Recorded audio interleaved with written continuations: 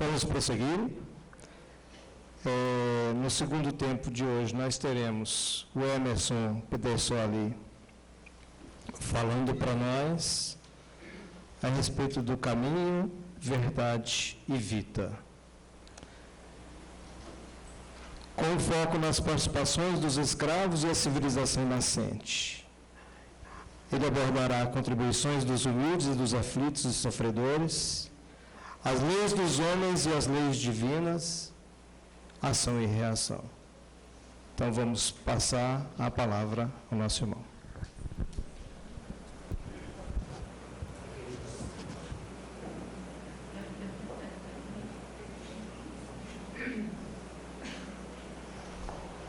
Bom dia. Bom dia, turma que está lá fora. É um prazer a gente estar aqui de novo.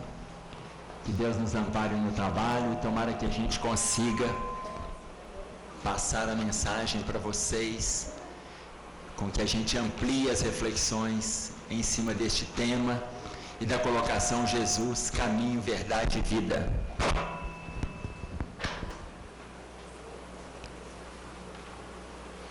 Olha só, quando a gente enfoca a respeito desta colocação que nos foi proposta, nós vamos pegar a própria colocação de João, no capítulo 14, quando ele começa falando sobre não se turbe o vosso coração, credes em Deus, crede também em mim.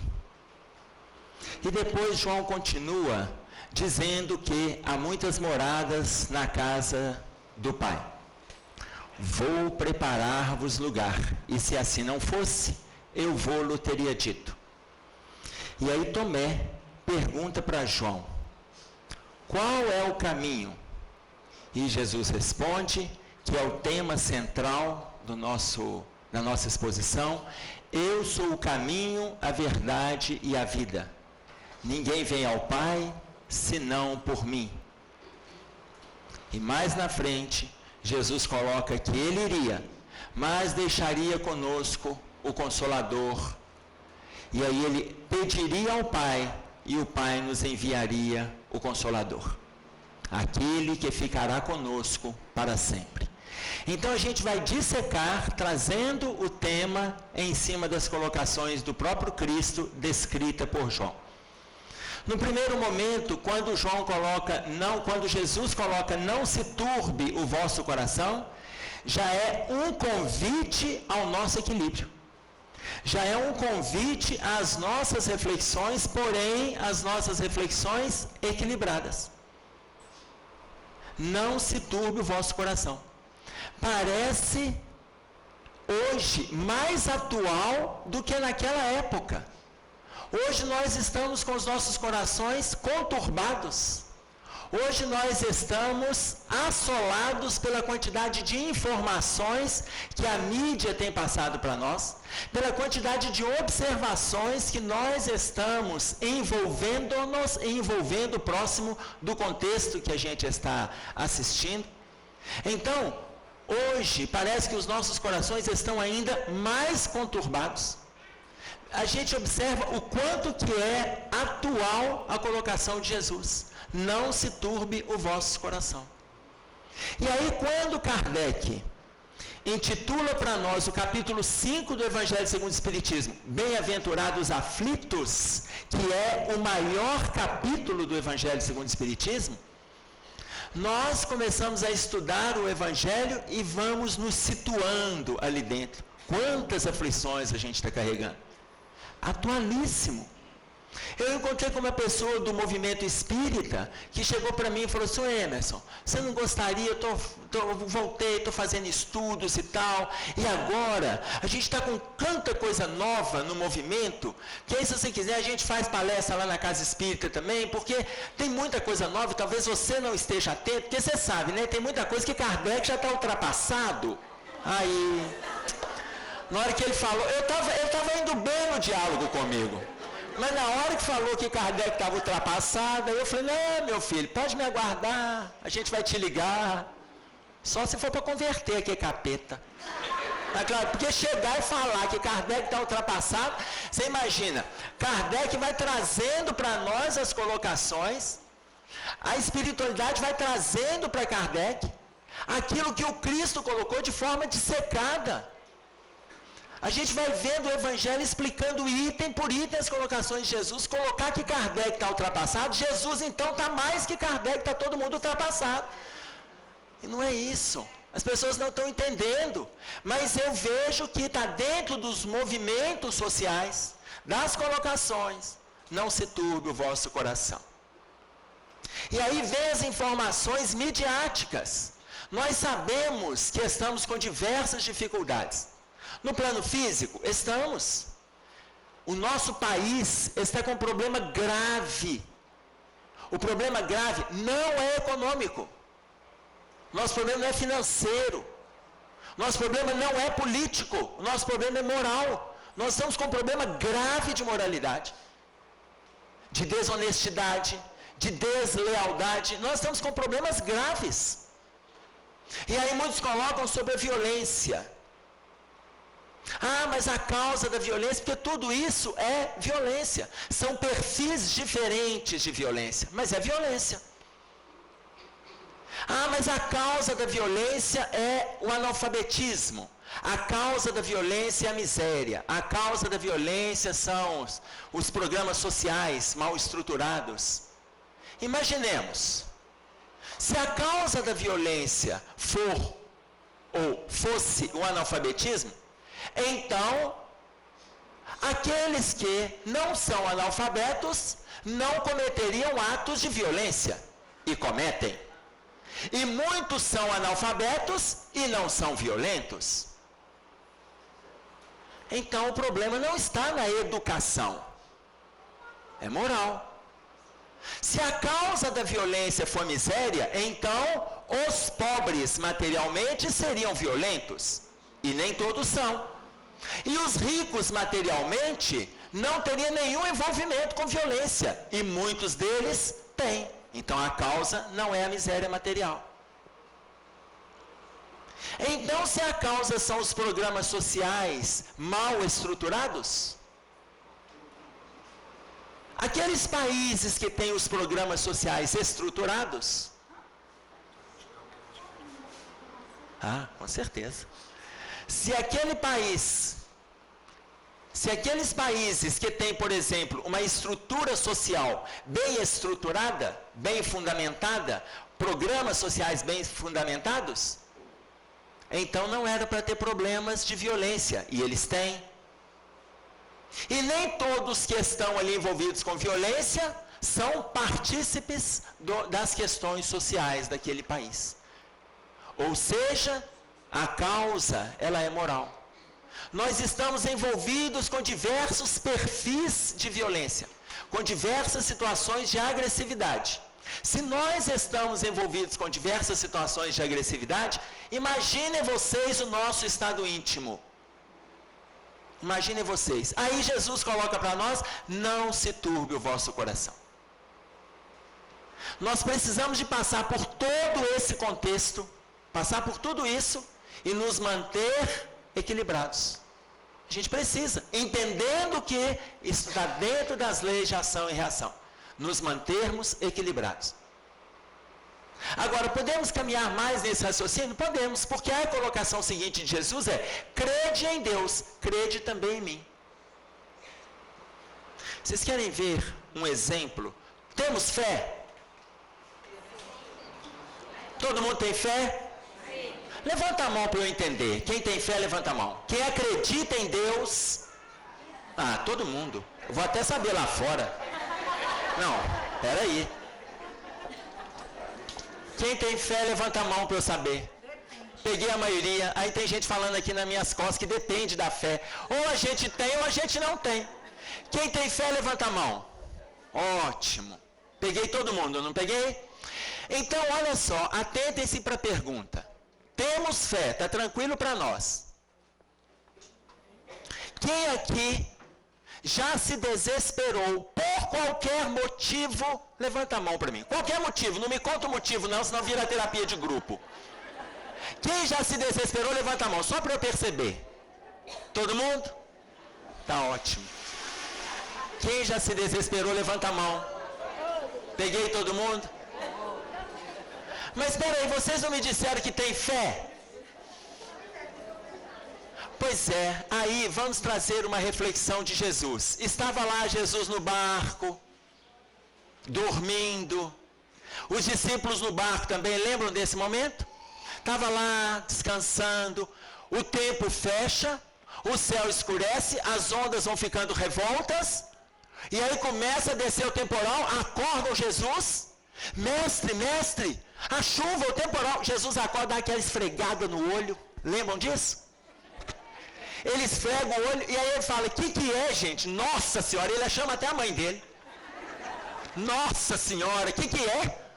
Aí Pedro chega e fala, a chuva, o temporal. Qual é a primeira frase de Jesus? Homens de pouca fé. Homens de pouca fé.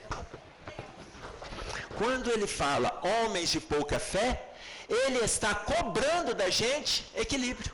Ele questiona a nossa fé. Ele questiona a nossa fé. Credes em Deus, crede também em mim. Ele está propondo que a nossa fé então seja raciocinada.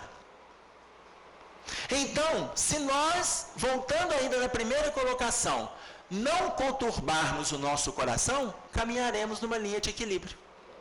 Numa linha de disciplina, de sensibilidade, de tranquilidade. Eu tenho fé. Mas e se acontecer este ou aquele problema? A minha fé, ela vai superar tal dificuldade. Ela vai superar. Nós não podemos dar guarida para as situações de pânico que a sociedade está passando para nós. Entretanto, não podemos também fechar os olhos, que existe. Existe. O problema está aí. E vai agravar? Claro, gente. Nós estamos falando de problemas sociais. O problema tende a se agravar. Mas por que vai agravar? Eu vou me desesperar. Não vou não, porque eu tenho fé. Eu não vou me desesperar.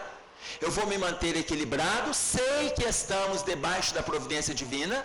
Na mensagem A Grande Transição, Joana de Ângeles, ela coloca para nós que por mais que as dificuldades se acentuem, por mais, o máximo que pode acontecer com qualquer um de nós, o máximo, é a desencarnação.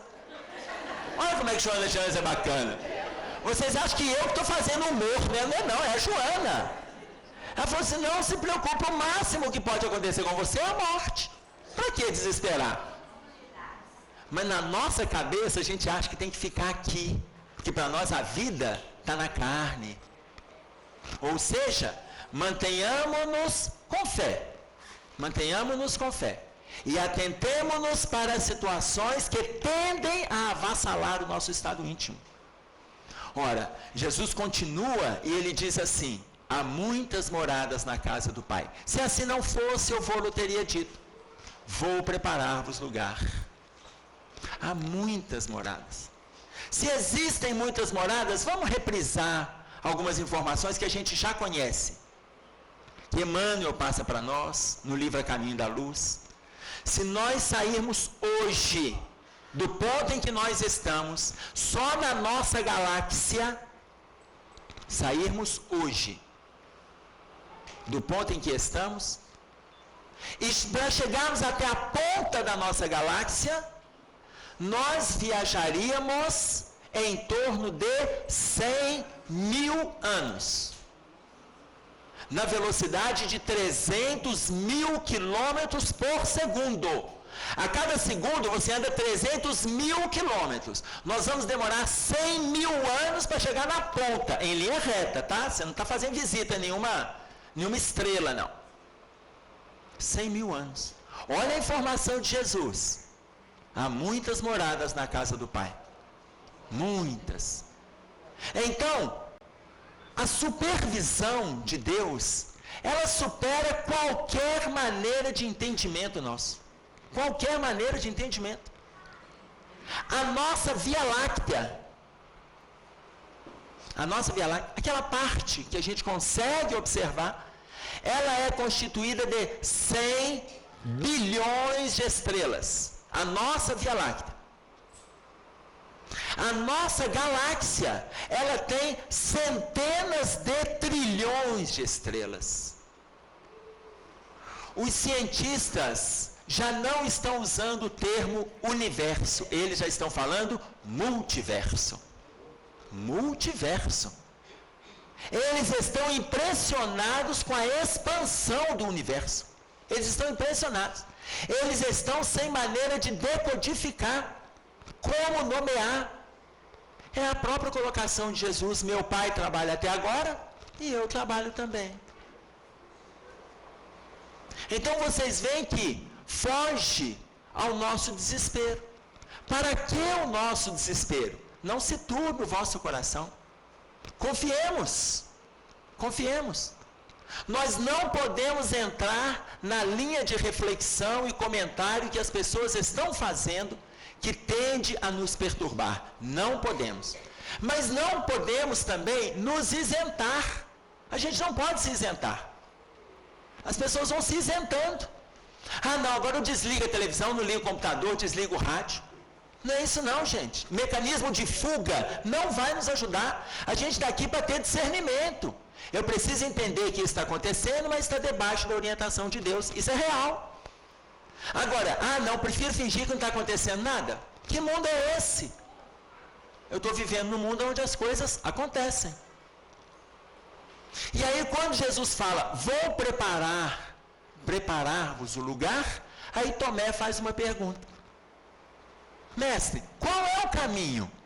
Gente, Tomé tem umas coisas também, ele está com Jesus, ele pergunta qual é o caminho. Eu acho que Tomé deu um tom de ironia. Eu acho, não sei não, eu tenho a impressão que ele deu um tom de ironia. Eu acho que ele estava descontando de Jesus, porque Jesus também tem situações irônicas lá no Novo Testamento. Está lá Jesus conversando com o cego de Jericó. Aí o cego de Jericó, Jesus olha para o cego e pergunta para ele assim, o que você quer que eu faça? Gente, se ele é o cego, Jesus sabe que Jesus tem o poder da cura. O cego podia ter falado, se eu queria um cão-guia, Senhor. Eu acho que Jesus estava brincando ali, tem esses tons de ironia, né? E aí ele fala, que o Senhor me cure. Tá claro? Só que ele não pedia simplesmente a cura física, porque mais que a cura física, nós precisamos da cura espiritual. Muitos de nós estamos vendo fisicamente o contexto e estamos cegos da necessidade de mudança. Estamos cegos da necessidade de transformação, cegos diante da dor do outro, cegos diante do sofrimento daquele. Estamos cegos. Ou seja, o nosso momento é de reflexão, mas é para buscarmos a cura espiritual.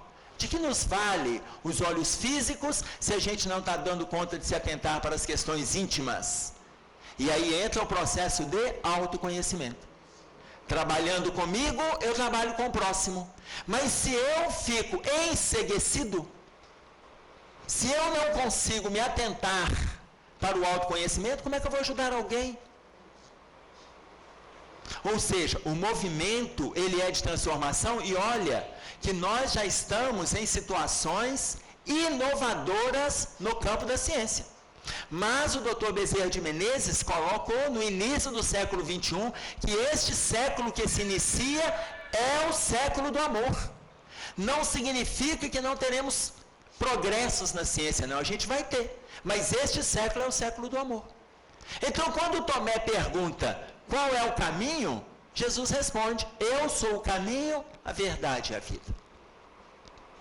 A colocação de Jesus, eu sou o caminho, a verdade e a vida, ninguém vem ao Pai senão por mim, a colocação de Jesus, ela é muito significativa.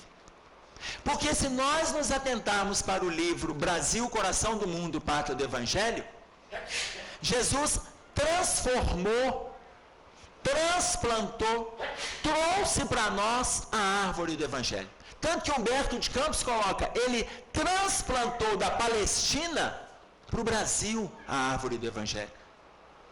E lá no livro ele diz mais.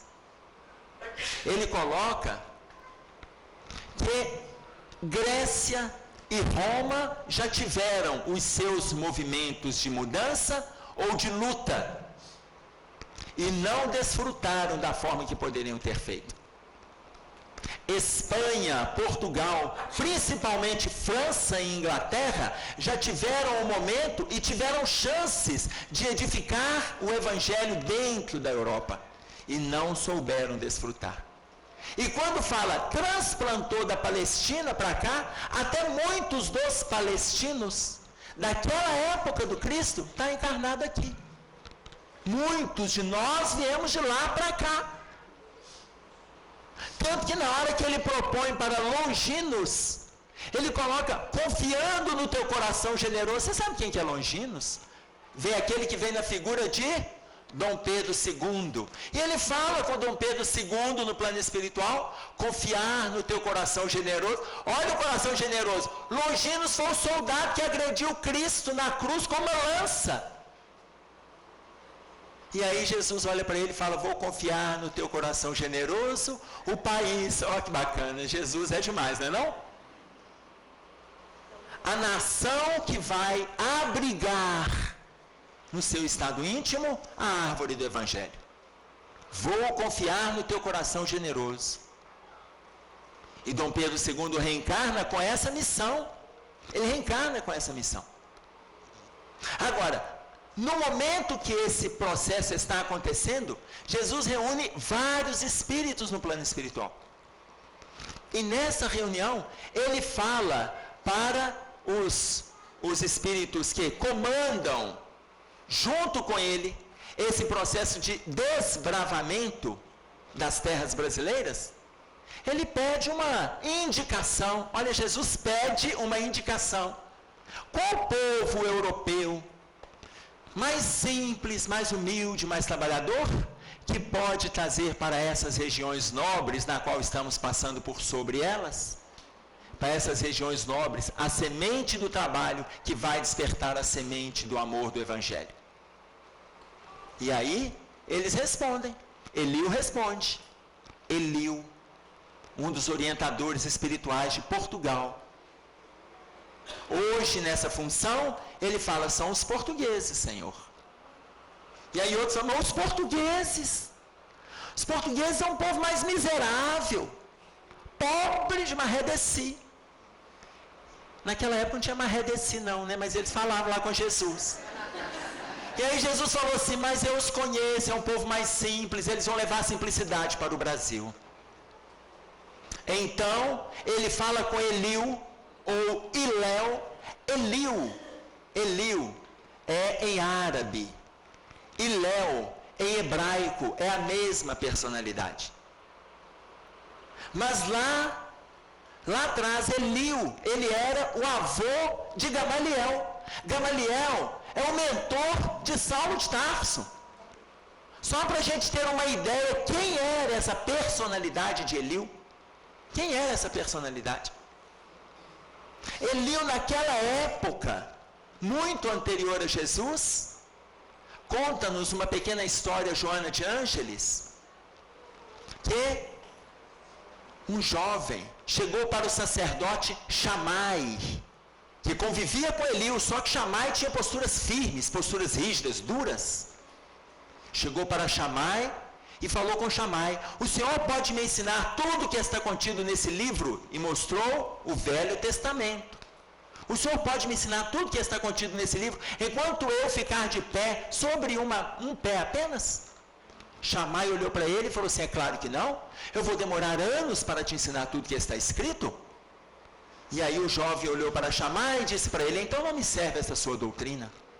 Foi até Eliu, ou Iléu, e falou com ele. Ele era mais suave, conhecedor das dores humanas, e perguntou para ele, o senhor pode me ensinar tudo que está contido neste livro, enquanto eu me quedar em apenas um só pé?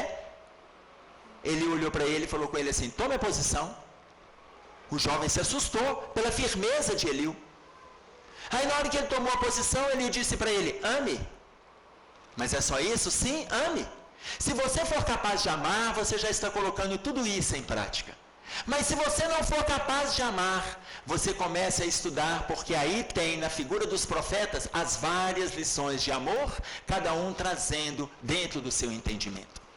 Olha quem era Eliu.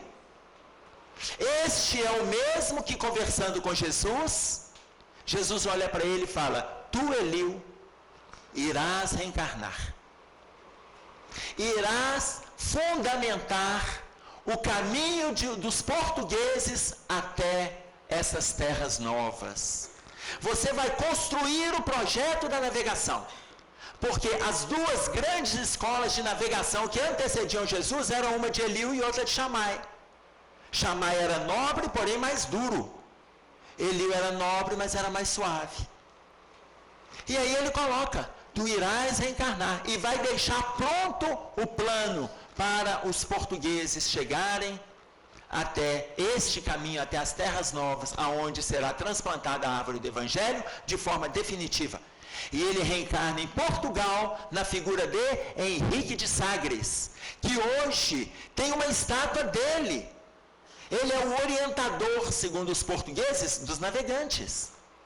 Henrique de Sagres deixa o projeto todo pronto e desencarna com a missão dele cumprida. Mais tarde vem os portugueses. Os portugueses com aquela imagem da figura simples, na qual foi descrita para nós, dentro das colocações de Humberto de Campos. Mas quando chegaram aqui, se perderam com a quantidade de ouro, e aí eles começaram o comando sobre os índios, queriam escravizar os índios. Mas a comunidade católica, os cristãos não aceitaram. Os jesuítas não aceitaram. Eles queriam escravizar os índios, e os índios, que também já tinham discernimento, começaram processos, pequenas revoluções, porque não aceitaram a escravização. Os portugueses começaram a ir até a África e trazer os negros para escravizá-los, como já faziam em outros países. E a partir de 1530 começa a chegar a figura simples dos escravos. Em meio a essa chegada dos escravos, eles trouxeram as suas culturas.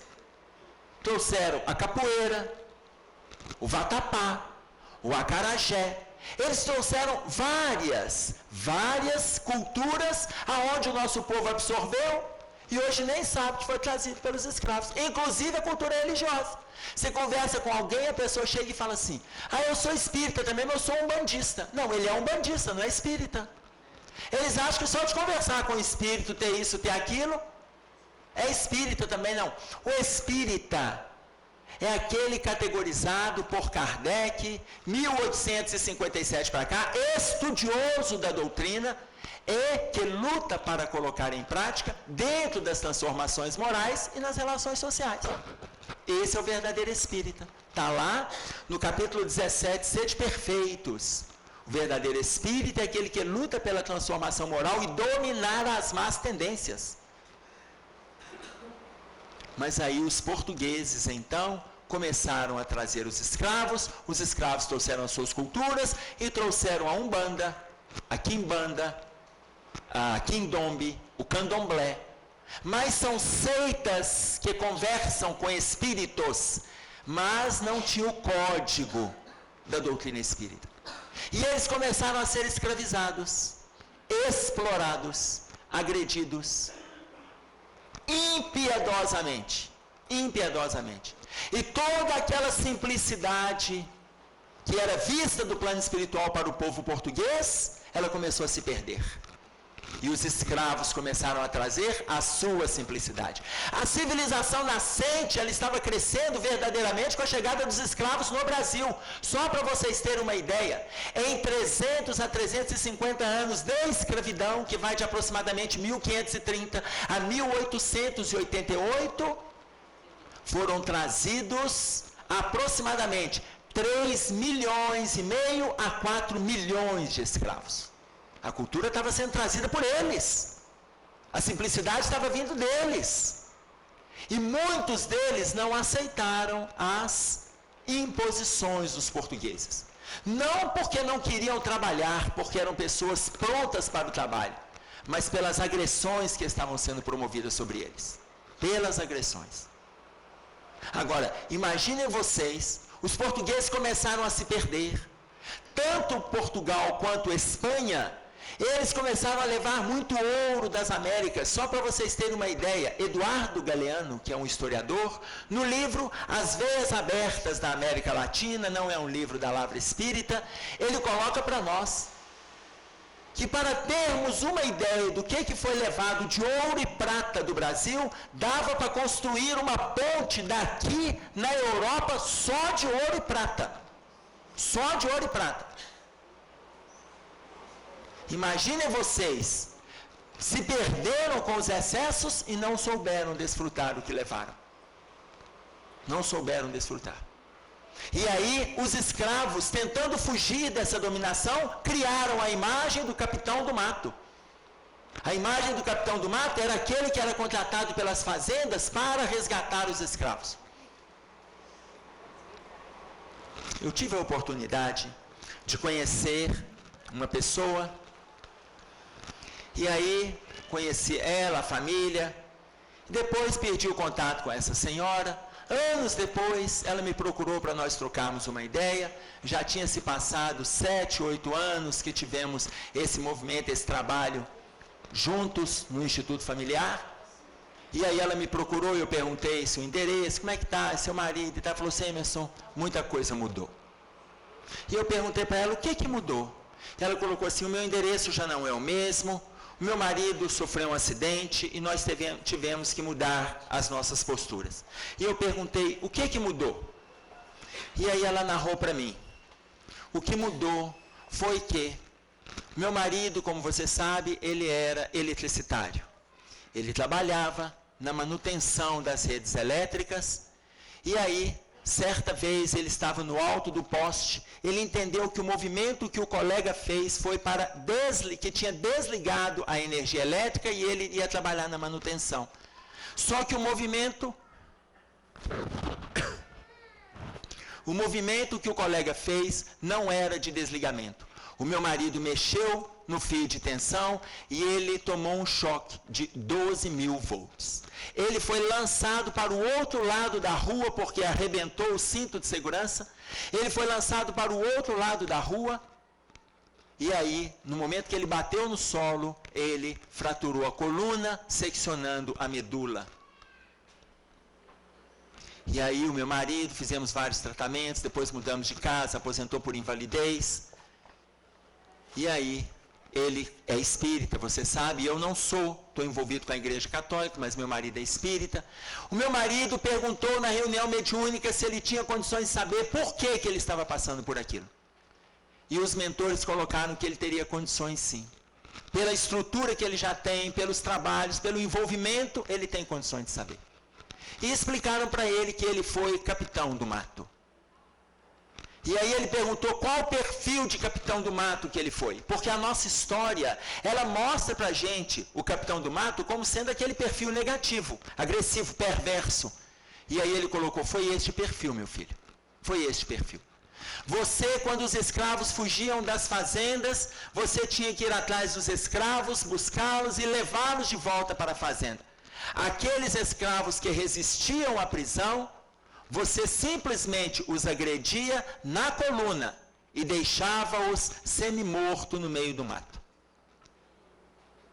Eles viravam alimento para os animais, morriam de fome, de sede, quando os animais não se aproximavam. Então, hoje a lei de ação e reação está te dando a oportunidade de resgatar de forma digna o sofrimento físico, lembrando que você do lado de cá programou reencarnar neste estado que você está hoje, na cadeira de roda. Mas como você tem também muitos amigos que zelam por você, os amigos disseram para que você fosse numa estrutura física saudável e o acidente viesse a partir do seu cinquentenário. E hoje você está pronto para colocar em prática o que você recebeu dentro da doutrina no campo do conhecimento. É o seu momento de resgate. E hoje ele é um trabalhador da seara do Cristo, é um trabalhador do Espiritismo, se envolve com várias atividades, dá lições de paciência, de perseverança, de boa vontade, embora na cadeira de roda. Ou seja, A lei de ação e reação, ela é implacável. Não é porque Deus quer nos colocar nessa posição, não é isso não. A nossa consciência não nos permite caminhar adiante. A gente não se permite ir além. A gente sabe que tem uma dificuldade lá atrás. Se nós sabemos, a lei está aí. E aí os escravos resistiram e começaram a aparecer os movimentos abolicionistas. E os movimentos abolicionistas lutando a favor do lado saudável da individualidade de cada escravo, sair daquele movimento da escravidão. Os movimentos começaram a crescer. Joaquim Nabuco, José do Patrocínio, Joaquim Nabuco em Pernambuco, José do Patrocínio no Rio, construíram 2 jornais. Primeiro Joaquim Nabuco, o jornal O Abolicionista. Ele era cristão, ele era abolicionista, ele era formado em direito e ele falava com propriedade no jornal. José do Patrocínio seguiu a mesma linha de conduta. E seguindo a mesma linha de conduta, começou a fermentar o movimento abolicionista no país. E aí, 1845, a Inglaterra, ela assina o seu movimento de proibição do tráfico negreiro. Mas o parlamento inglês deu autonomia para o governo britânico intervir naqueles navios que estavam fazendo tráfico negreiro e prendesse os navios. O parlamento inglês. E aí o Brasil se sentiu pressionado, ele tinha que fazer alguma coisa. A Inglaterra fez, está pressionando, nós temos uma relação comercial saudável. Daqui a pouco eles vão prender os nossos navios. E aí nós vamos ter lá em 1850 também o Brasil assina uma lei proibindo o tráfico negreiro, acompanhando a Inglaterra, mais por medo do que por autonomia. Naquele movimento ali foi mais por medo. Só que o movimento abolicionista não para por aí. Nós vamos ter em 1871 a lei do ventre livre, onde as mulheres, os filhos que nascessem, filhos de escravos, não estariam escravizados, já nasceriam libertos. Mas essa lei, ela teve algumas dificuldades, porque começaram a discutir se eles ficariam libertos a partir de 21 anos de idade. Ou seja, eles vão trabalhar, os patrões vão sugar tudo, os colonos vão sugar tudo, e depois eles seriam libertos, quando chegassem aos 21. Mas em 1885 é assinada uma nova lei, a lei do sexagenário, que é outro absurdo. Por quê? Porque segundo alguns historiadores, a lei do sexagenário é aqueles que completavam 60 anos, os escravos que completassem 60 anos estavam livres da escravidão. Os escravos que completassem 65 estavam livres da escravidão. Então depende de qual historiador você vai ler. Só que aí tem um detalhe bem brasileiro. Os escravos viviam no máximo até 40, 45. Não é brasileiro esse detalhe? É a lei do sexagenário, os escravos não tinham vida longa. E quando eles chegavam à liberdade, aí o que a lei começou a colocar? O que os abolicionistas começaram a colocar? A hora que a liberdade chegar para eles, eles estão sem energia, eles estão enfraquecidos, ganhavam a liberdade, tinham que sair das fazendas e vão viver de quê? 62 anos de idade, 68 anos de idade, vai viver de quê? Tinha que sair da fazenda, então para os colonos era uma libertação. Manda os velhos para fora. 3 anos depois, a princesa Isabel assina a Lei Áurea. Filha de Dom Pedro II, já inspirado pela espiritualidade, ela assina a Lei Áurea. 3 anos depois. Ora, começou em 1530, 1888, mais especificamente 13 de maio de 88, assinada a Lei Áurea, vem a liberdade dos escravos. Liberdade contestada, porque eles saíam, mas não tinham respeito social. Eles saíam, mas ninguém lhes dava emprego. Os próprios colonos que perderam os escravos, os próprios colonos, começaram a trazer trabalhadores da Europa e não mais da África. Por quê? Porque tinham medo dos escravos atentarem contra eles. Então a gente vê que a escravidão, ela saiu no papel, mas não saiu de dentro dos colonos. E muitas vezes não saiu de dentro de nós. Porque quando falamos dos colonos, quando falamos das oportunidades, estamos falando de nós mesmos lá atrás. A gente está falando da gente. Então, quando Jesus coloca para Tomé, eu sou o caminho, a verdade e a vida, ele está se apresentando como a solução, e não uma solução. Ele está se apresentando. É o nosso papel seguirmos o Cristo. Só que a árvore veio transplantada para cá. Eu trouxe esse movimento da escravidão, mas imaginem vocês, é para a gente caminhar mais com essa ideia. Até hoje, moralmente, nós estamos escravizando o nosso povo. Hoje não precisa ser negro, não. É o branco, é o deficiente, é o miserável. Está todo mundo sendo escravizado por alguns, que muitas vezes estão sobressaindo no campo da materialidade. Quem vai colocar isso para nós é Aniceto, no livro Os Mensageiros, no capítulo 42. Ele vai colocar de forma tão precisa, porque ele vai dizer a respeito da corrupção. Aniceto vai pegar uma colocação de Paulo de Tarso, quando Paulo de Tarso escreve aos Romanos, ele pega a colocação de Paulo de Tarso, e Paulo de Tarso, no capítulo 8, nos versículos 19, 20 e 21, ele fala contra a corrupção. Mas, especificamente no versículo 21, ele fala, na esperança de liberar o povo da servidão da corrupção para a glória de Deus, estamos envolvidos com o trabalho. Você imagina, Paulo de Tarso falou isso há quase 2000 anos atrás. Hoje nós estamos ainda sacrificando o nosso povo, aí o Aniceto fala. Muitas vezes, aqueles políticos desalmados, cientistas desalmados, intelectuais desalmados, estamos proliferando essas lições de mal-estar no nosso povo. Teve uma época que falar mal do Brasil era bacana, era bonito. Teve uma época que saía piada sobre o Brasil de tudo quanto era espécie. Hoje a gente já não faz isso mais. Nós estamos aprendendo a respeitar o nosso povo. Nós estamos aprendendo a respeitar a nossa pátria. Teve uma época que era uma época ligada à ditadura, saindo da ditadura. Hoje nós estamos aprendendo e estamos lutando para passar isso para os nossos filhos. Através da evangelização, através da educação, através do bom exemplo, estamos lutando para passar isso para os nossos filhos. Teve uma época que nós aprendemos aquelas musiquinhas, lembram das músicas?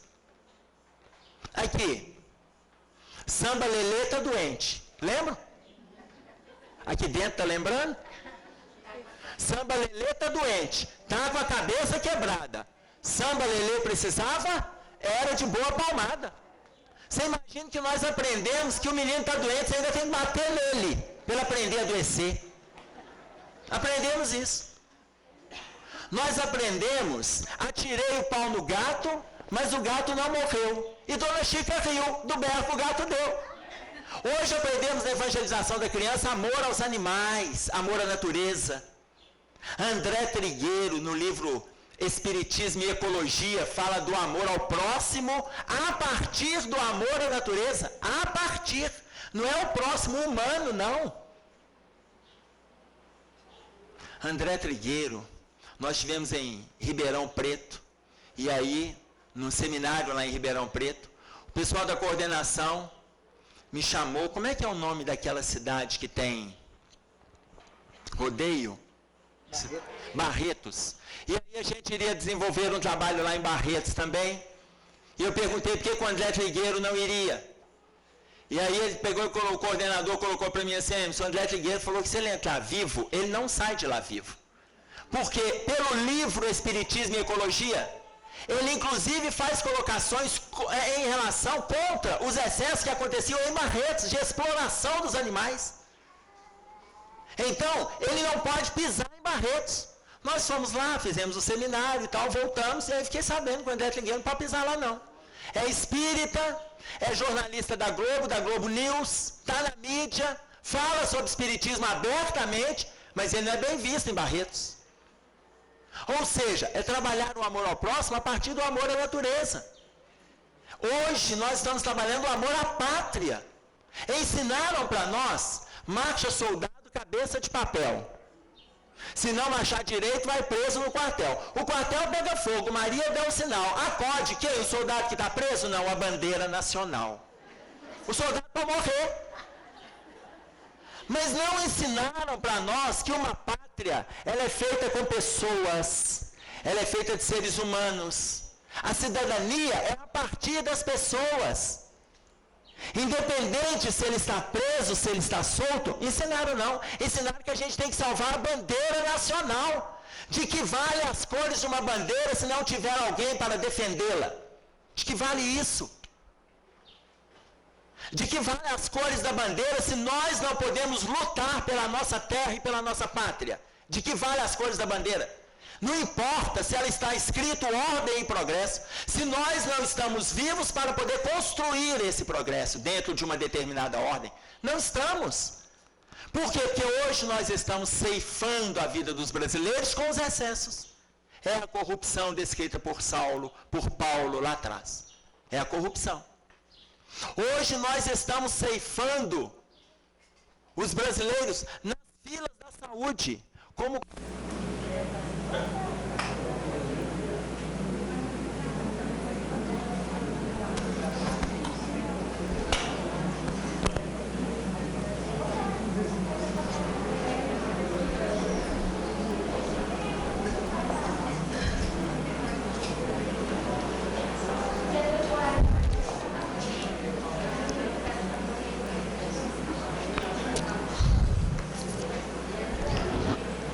Vocês imaginem que, quando nós falávamos a respeito deste movimento, nós estamos colocando desse movimento de corrupção, mas olha, essa mensagem, ela também é trazida pelo Marechal Deodoro da Fonseca.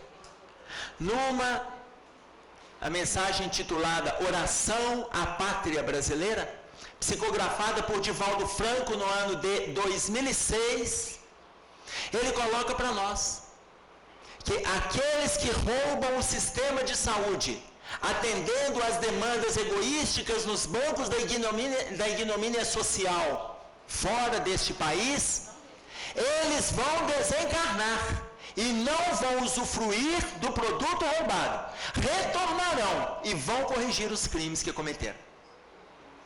Ele fala dos agropecuaristas. Colocação que ele faz lá é a mesma que a Joana de Ângeles faz para nós a respeito da conservação e dos excessos que as pessoas estão promovendo em relação às sobras do leite, da carne, de frango, e estão jogando fora, deixando o nosso povo com fome para não abaixar o preço. Estes que estão limitando o nosso povo de alimentar, vão nascer em meio à dificuldade e em meio à miséria, porque está na lei de ação e reação. Isso não é nenhuma previsão de futuro, não, isso está na lei de Deus. Marechal Deodoro da Fonseca, nessa mensagem, ele diz mais: aqueles que estão lesando o sistema de saúde, deixando que os nossos doentes morram nas filas, que estão lesando as escolas, deixando que as crianças fiquem sem as merendas, que os professores não sejam pagos, eles virão para corrigir esses graves crimes que estão cometendo. Já não é contra o próximo, é contra a providência divina. São crimes graves. Mas Aniceto, de forma ainda mais precisa, ele coloca no livro Os Mensageiros que não vamos perder o foco do nosso envolvimento com a melhoria íntima. Porque se hoje nós estamos vendo esta ou aquela pessoa envolvida com os excessos, lembremos que quem construiu esses excessos, na grande maioria das vezes, foi a gente mesmo que está sendo vitimado por aqueles que hoje estão executando. Então isso é muito claro. Não é para a gente ficar se perdendo em críticas, agressões, pensamentos negativos. Não é isso, não. Porque o pensamento negativo, ele vai e volta. Não é para a gente ficar preso nesse foco. Porque quem construiu isso lá atrás de alguma forma é a gente. Quanto mais a indignação avassala o nosso estado íntimo, mais a gente deve ter ficado envolvido com essas situações constrangedoras. E hoje a gente abraça o constrangimento sem condições de fazer a correção necessária que um dia a gente teve a chance e não fez. Então a gente tem que alimentar o pensamento positivo. Por quê? Porque a crise hoje ela é moral. Pensamento negativo não vai nos ajudar. Não vai nos ajudar. E aí agora o pessoal inventou adesivos que cultuam o mal-estar. Agora tem um adesivo que está aí nos carros, ônibus. A culpa não é minha, eu votei no Aécio. Como se o nosso problema fosse político. Não importaria, não importa e não importaria qual político que subisse. O problema que está aparecendo hoje, ele tem raízes. O problema não é esse governo, não. O problema nosso não é esse ou aquele partido. Se o problema é moral, ele está em todos os partidos. Se o problema é moral, ele está em todos nós. Enquanto pessoas, enquanto transeuntes da via pública, enquanto pais de família. O problema está em todos nós. Então imaginem vocês, nós temos que lutar para a melhoria do nosso estado íntimo. Porque se a Joana de Ângeles afirma para nós, até 2025, nós teremos aproximadamente 200 mil espíritos em perfil angelical reencarnados no mundo. 200 mil espíritos até 2025. Imaginem vocês que a melhoria ela irá acontecer. Apesar da gente ou com a gente. A melhoria vai acontecer. Pode falar, mãe. Uma simples lembrança, não sei se às vezes até uma sequência você fala, mas para que a indignação não tome conta de nós diante de certos fatores, é importante que nós lembramos da sabedoria do Cristo, que numa frase curta diz assim: a cada um segundo as suas obras. Então, aí nós, se cada um de nós tivermos a nossa conduta tendo o Evangelho de Jesus como piso da nossa caminhada, nós não precisamos ter medo nenhum. A propósito, eu queria contar com sua paciência mais um pouquinho. Eu tenho encontrado com espíritas que têm estado num estado de temor muito grande, quando nós falamos que estamos no período da transição, que nós estamos vivenciando momentos cruciais para adentrarmos o campo da regeneração. Nós temos uma única senha, meus irmãos. Nós espíritas sabemos de cor e salteado qual é a nossa senha. A prática do bem. Emmanuel fala, prefaciando o livro Sinal Verde, que nós contamos com um anjo mudo que chama-se humildade, que nos garante a todo instante o sinal verde na nossa caminhada. Então nós espíritas estaremos resguardados e bem resguardados se fizermos da nossa força, da nossa disciplina, instrumentação em favor dos que sofrem. Se nós fizermos só o bem, nós não buscarmos na medida do possível fazer só o bem, nós não temos por que temer nada. Então é isso que nós devemos pensar. Eu gostaria que você puder dar uma ampliada, uma lapidada nessa fala nossa. Se você concorda com ela, está tudo bem. Se eu não concordar com ela, eu tenho que ir embora, né? Essa fala dele, se você não concordar, ele está me mandando sair, mas eu vou ficar, tá? Eu vou ficar, viu, Marival? Muito obrigado, eu vou ficar. Porque quando Jesus coloca a cada um segundo as suas obras, Imaginem que, dissecando esta colocação, Paulo, quando ele escreve aos Tessalonicenses, no capítulo 5, no versículo 21, ele diz assim: dá conta da tua administração. Ou seja, é a mesma colocação a cada um segundo as suas obras. Dá conta da tua administração, faz o melhor que você puder. Faz o melhor. Há um momento de conturbação. A conturbação está no mundo, mas eu não tenho que me envolver com a conturbação do mundo. Eu não tenho. O melhor que eu posso fazer é isso, é aquilo. Eu vou fazer o melhor que eu puder.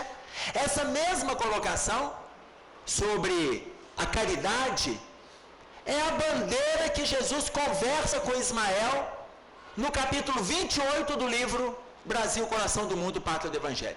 Ele fala assim: Ismael, atente-se para que este povo se prenda no trabalho da caridade, porque a caridade é a âncora, olha essa informação de Jesus, a caridade é a âncora que vai levar esse povo para além da ciência e da filosofia. Para além da ciência e da filosofia, é a caridade.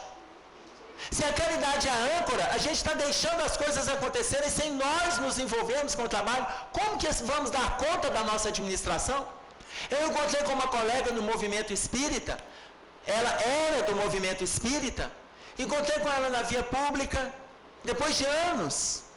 Eu falei assim: fulano, ela esteve conosco no movimento espírita 6 anos, trabalhando, estudando, assistindo reuniões, 6 anos. E aí, quando ela sumiu, eu fiquei sabendo que você mudou. Que casa espírita que você está frequentando? Emerson, eu não estou frequentando outra casa espírita. Eu agora saí. Eu estou numa igreja que só da gente louvar o Senhor a gente está salvo. Eu falei: minha filha, vão com calma. Você esteve conosco 6 anos. Nós estudamos o capítulo 15 do Evangelho segundo o Espiritismo. Fora da caridade não há salvação. Está escrito lá, Emerson, não tem nada desse negócio de caridade. Só da gente louvar o Senhor a gente está salvo. A gente canta, a gente grita, a gente louva e a gente está salvo. Eu dei 2 passos para trás e eu falei: essa capeta vai me converter. Porque ela estava tão convicta daquilo ali. Tão convicta. Como, gente? Depois disso eu fui entender uma colocação, um diálogo da Joana de Ângeles com Divaldo Franco. Divaldo Franco perguntou para Joana de Ângeles assim: depois de quanto tempo que estamos em trabalho na seara espírita, os orientadores espirituais confiam na gente como trabalhador desta seara? Isso está no livro Semeador de Estrelas, na publicação de Sueli Caldas Schubert. E aí ela respondeu: 10 anos de trabalho. 10 anos! Não é 10 anos de leitura de romance, não é 10 anos de leitura de mensagem, não são 10 anos tomando passe, não é isso não, gente. Aliás, se a pessoa tomar passe e o passe for açucarado, ela vai sair daqui desencarnada e obesa. Tá claro? Porque o passe é energia, tomara que seja light. Porque tem gente que só vem na casa espírita para tomar passe, tem gente que só vem para assistir reunião, mas não se prende ao trabalho. Se a caridade é a flâmula, se a caridade é a bandeira, nós estamos esperando o que para a gente começar a fazer? O que a gente está esperando? Aí a gente alimenta a preguiça, o desânimo, a apatia, a maledicência. Nós vamos alimentando a reclamação. Nós precisamos fazer um movimento diferente. No capítulo Bem-aventurados aflitos, tem uma colocação interessante no item 12, motivos de resignação. Motivos de resignação. Vou fazer aqui, aliás, uma pergunta para vocês. Imaginem vocês, antes de citar motivos de resignação, imaginem vocês que vocês têm um débito com a Caixa Econômica Federal de R$100.000. Chega uma carta da Caixa e fala com você assim: se você pagar R$1.000 à vista, o seu débito está quitado. O que vocês fazem? Todo mundo vai lá e paga, não paga? Então, tem gente que vende até a mãe, paga, depois compra a mãe superfaturada. Mas paga ou não paga? Paga. Ótimo. Esse é o exemplo que está lá no capítulo 5, Bem-aventurados aflitos, no item 12. É este exemplo. Ah, vai lá falar da Caixa Econômica Federal? Não, mas já sabia que ela ia chegar. Já sabia. Porque olha a colocação que a espiritualidade faz para a gente. As dificuldades que nós vivemos hoje, enquanto encarnados, representa 1% do débito para com a lei. 1% do débito para com as leis divinas. Se nós trabalharmos de forma digna, esse débito, a providência divina vai considerá-lo quitado. Mas se não fizermos de forma digna, nos será cobrado ceitil por ceitil. Está lá no Evangelho. Ou seja, trabalhar de forma digna é envolvermos-nos com a caridade. É envolvermos-nos, e não só nos envolvermos, o próximo também, com a caridade. É a colocação que Jesus passa para Ismael, é a mensagem que ele deixa para nós. É a mensagem que ele deixa para nós. O nosso movimento, hoje, ele é de mudança. Nosso movimento é de mudança. Nós temos muito para fazer, mas também vamos receber de conformidade com o que a gente já plantou. Conta-nos a história que no ano 58, antes de Jesus, um grupo de militares romanos, eles saíam a mando do império, promovendo algumas arruaças, para contestar as posturas daqueles que estavam se opondo às leis do Império Romano. Em meio a esse grupo de militares romanos, bem vestidos e bem alimentados, surgiu um outro grupo, revolto, mas um grupo também armado.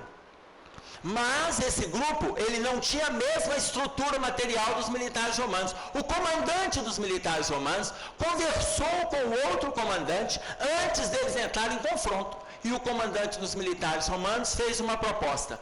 Você gostaria de se juntar a nós, em vez de nós entrarmos em contenda? Porque olha a quantidade de homens que eu tenho na retaguarda e ainda posso pedir o império para trazer mais. Mas se vocês se juntarem a nós, estarão bem alimentados, bem vestidos e mais armados.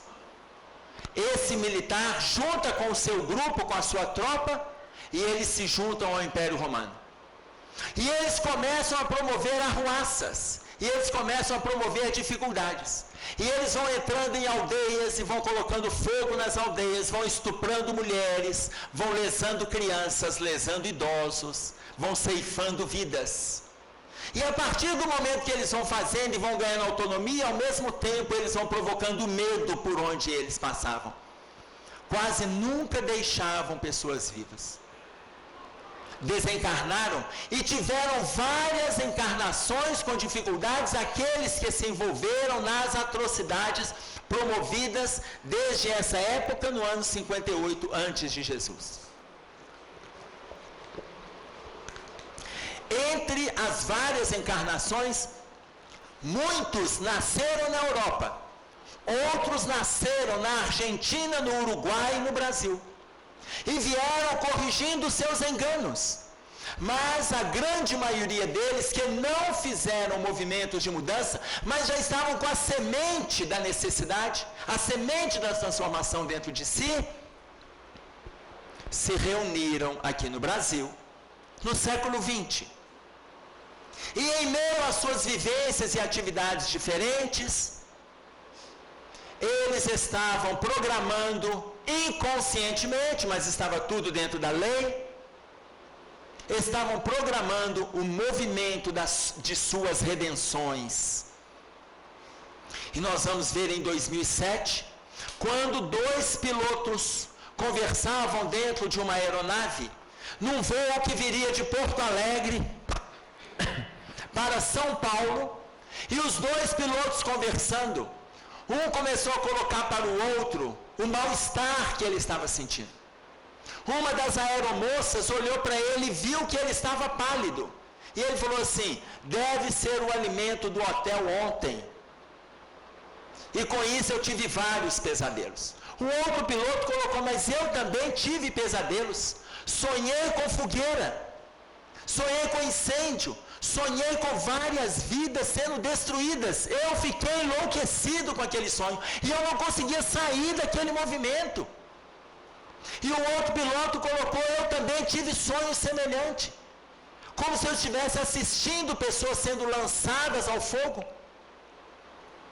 E aí um deles foi fazendo toda a preparação para a decolagem, enquanto o outro começou a observar os passageiros, mas ele observava os passageiros entrando na aeronave. A outra aeromoça percebeu que ele não estava bem, mas ele sentiu que era aquele estado pálido, mas que daria conta de conduzir a aeronave. E depois ele se ligou realmente ao sonho, e aí ele viu que ele precisava de se ligar a Deus. Fez o seu movimento íntimo de oração, restabeleceu o seu estado espiritual, o seu estado emocional. Chegou o momento da decolagem e eles vieram embora. Saíram de Porto Alegre, vieram para São Paulo, mas como eles estavam em prova coletiva, o avião não consegue frear quando ele parte para a aterrissagem no aeroporto de Congonhas e se choca com o prédio da TAM e o avião da TAM, e ali 198 pessoas desencarnaram, tanto dentro da aeronave quanto que estava no prédio e no posto de gasolina ao lado do prédio. Os 198 era aquele grupo da Galha Cisalpina no ano 58 que promoveram diversos acidentes. Eles estavam no movimento da redenção. Isso não tira a responsabilidade daqueles que fizeram uma pista mal feita no aeroporto de Congonhas. Não tira. Isso não tira a responsabilidade do tocar a obra, aonde não colocaram o movimento de frenagem para o peso do avião. E o avião não conseguiu parar. Não é porque toda chuva ele não vai parar, não, porque depois disso tivemos várias chuvas, a pista foi corrigida, mas foi trabalho mal feito? Foi. Mas, como Cristo já nos colocou, o mal há de vir, ai daquele que o provoque. Então isso não tira a responsabilidade, mas a lei, ela é implacável. O nosso estado íntimo já programa a nossa dificuldade lá na frente. É o nosso estado íntimo. Nós podemos ser aliviados? Podemos, é claro.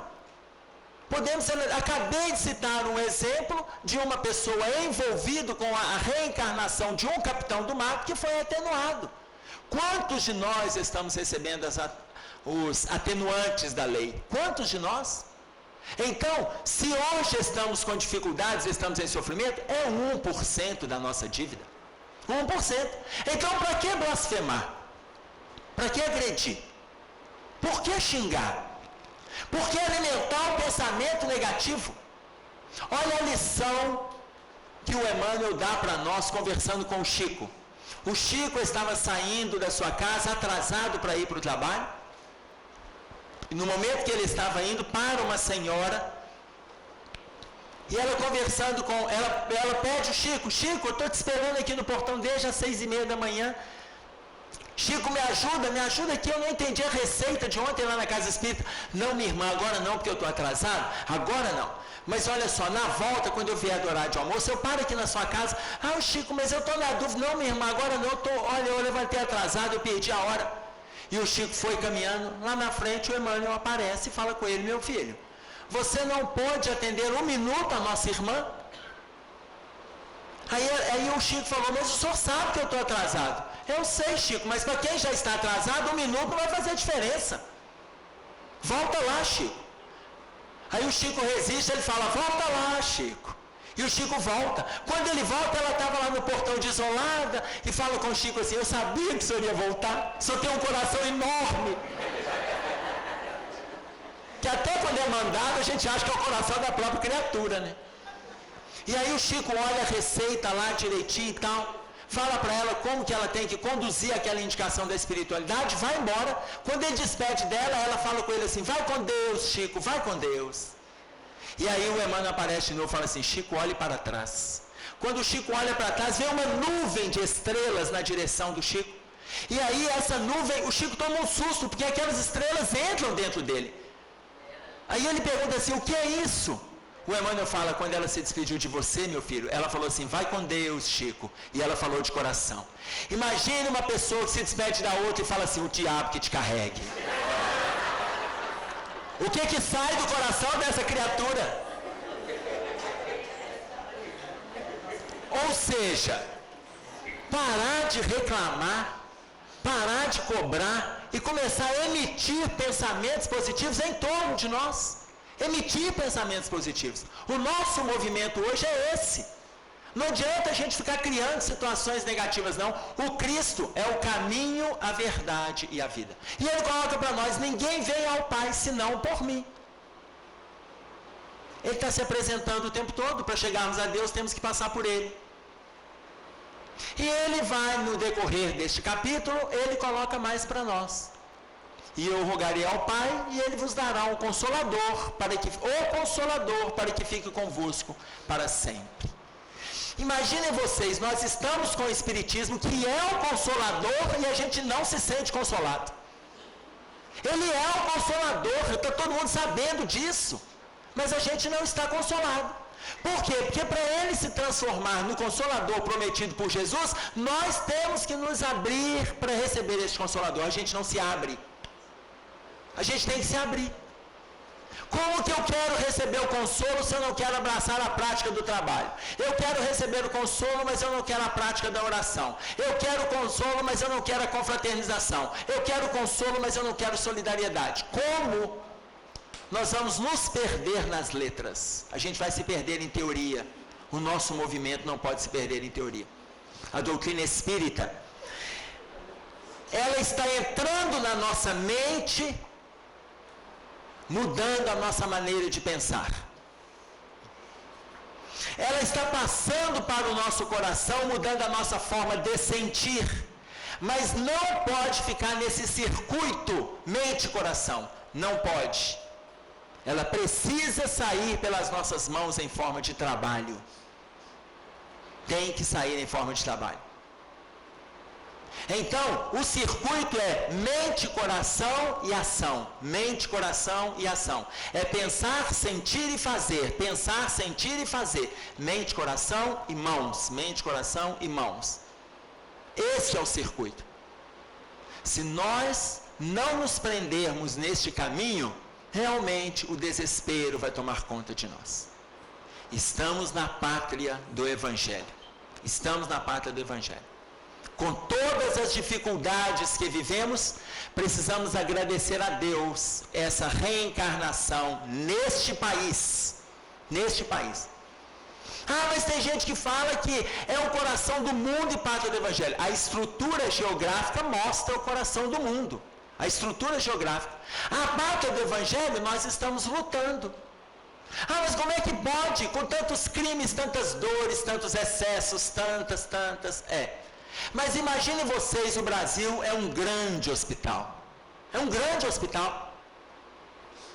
Cada andar é um perfil de doente. Tem um andar que só tem corruptos.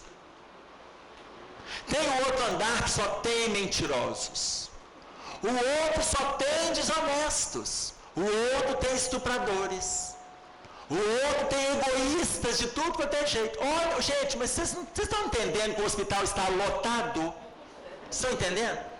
Porque está todo mundo aqui.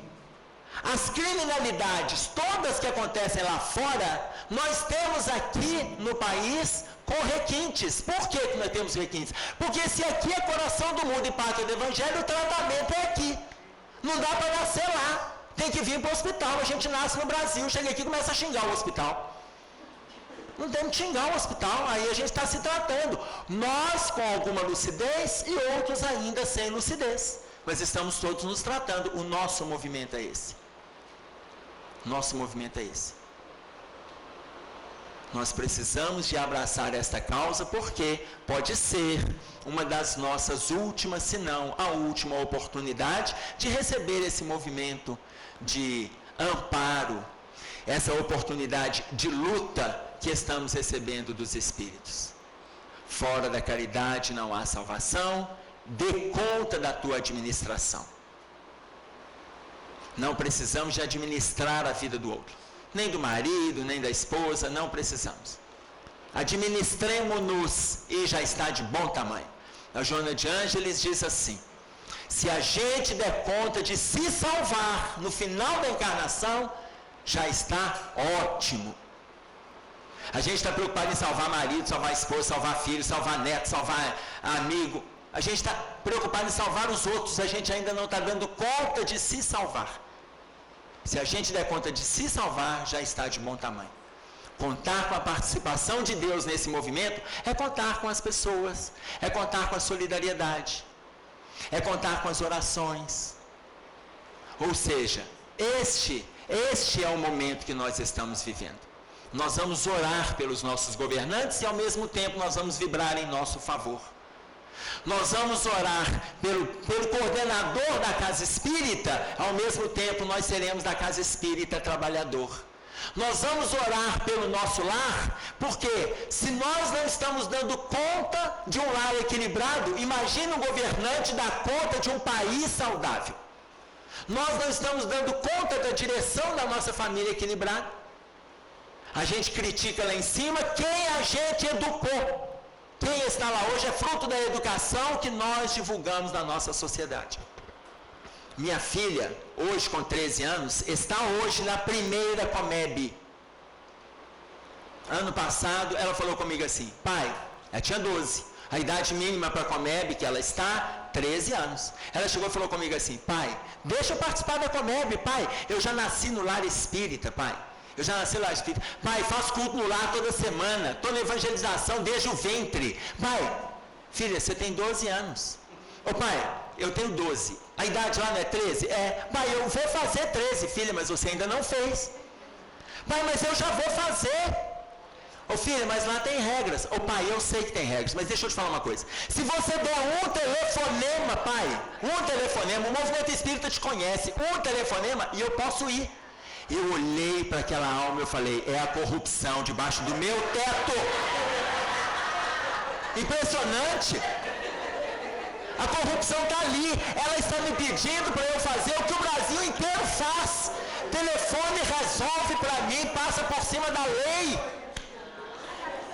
Eu falei: não, filha, eu não vou fazer isso não.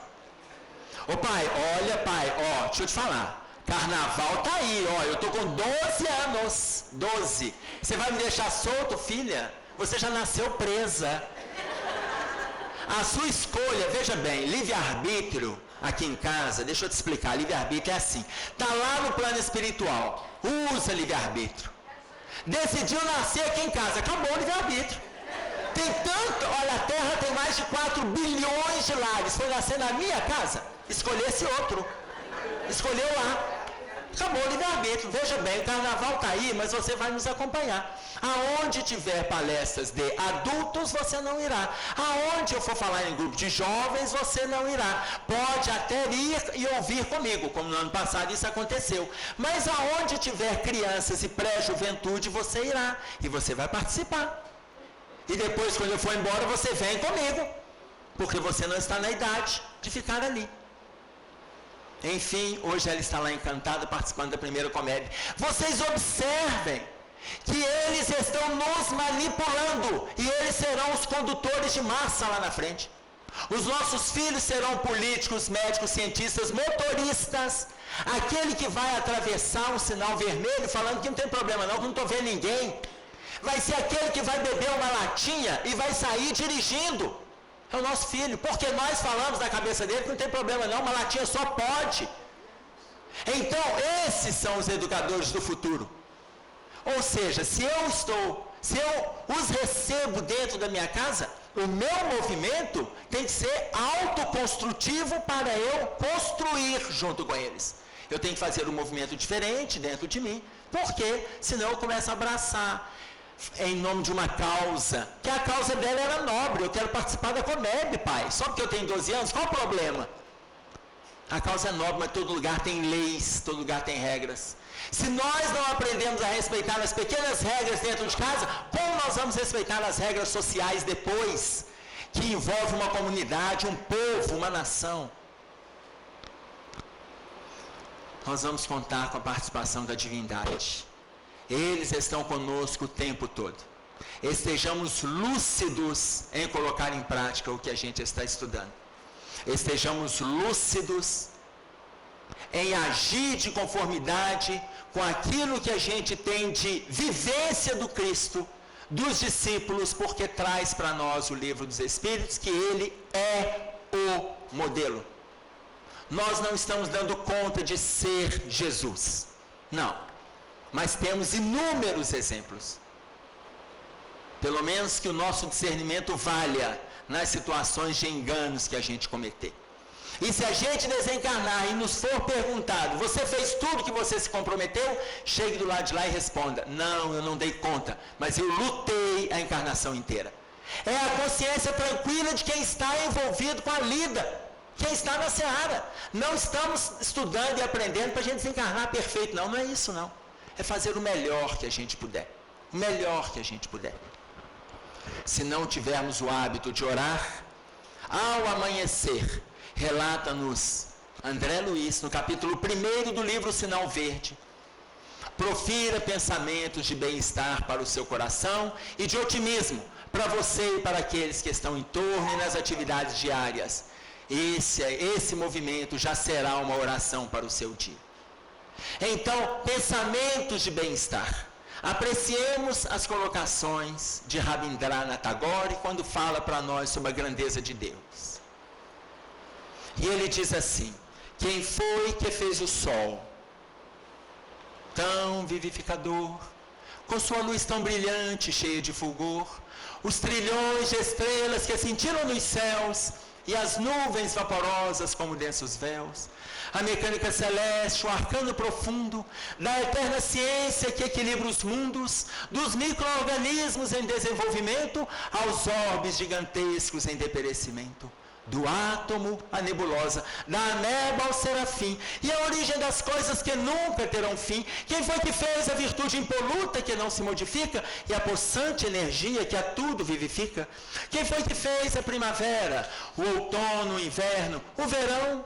Fez a chuva, o vento, o raio e o trovão, o perfume das flores, o som, a luz, o ar, os campos, as florestas, a terra, o céu e o mar, o infravermelho, o ultravioleta, e fez da lagarta surgir uma bela borboleta, os clarões da luz do sol, do pôr do sol, o cantar do rouxinol. Quem foi que fez as feras bravas, a asa do inseto, a beleza de um ninho, deu agilidade incrível à pulga saltitante, e fez o passo lerdo e tardo do elefante? E o colibri, com nímia sutileza, sugando o mel das flores, com tal delicadeza, o tatu escavando a cova em que se abriga, e a faina inesgotável da minúscula formiga, o inquieto macaco, o fogoso corcel, e a abelha trabalhando na construção do mel. Quem foi que fez a ostra, o golfinho, o tubarão, a baleia, e fez a engenhosa aranha tecendo a sua teia?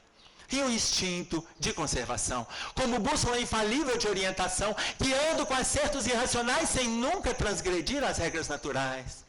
As maravilhas do reino mineral, o leito onde repousa o reino vegetal, os prodígios da animalidade e o elo mais acima, a nossa humanidade e tantos outros reinos que nós desconhecemos, sistemas de mundos que nem nos apercebemos, os reinos tutelares, arcangelicais, imersos nos segredos dos planos siderais. Que maravilha é essa que eu não posso descrever com todo o dramatismo que eu pudesse ter? Artista ímpar e inimitável, sublime e ilimitado, me ponho de joelhos e contemplo abismado e pergunto a mim mesmo com estupefação, quem criou tudo isso com tanta perfeição? Quem dá sem perder nada e paga sem dever, e a tudo movimenta sem nunca se mover, formando e transformando, criando e agindo, governando e dirigindo? Quem tem tanto poder? Pergunta a outras vozes, quem pode me dizer, eu vos peço, queridos irmãos meus? E as vozes me respondem, foi Deus, foi Deus, foi Deus. Eu vou agradecer a paciência de vocês, tomara que tenham valido as nossas reflexões. Até uma outra vez, se Deus quiser.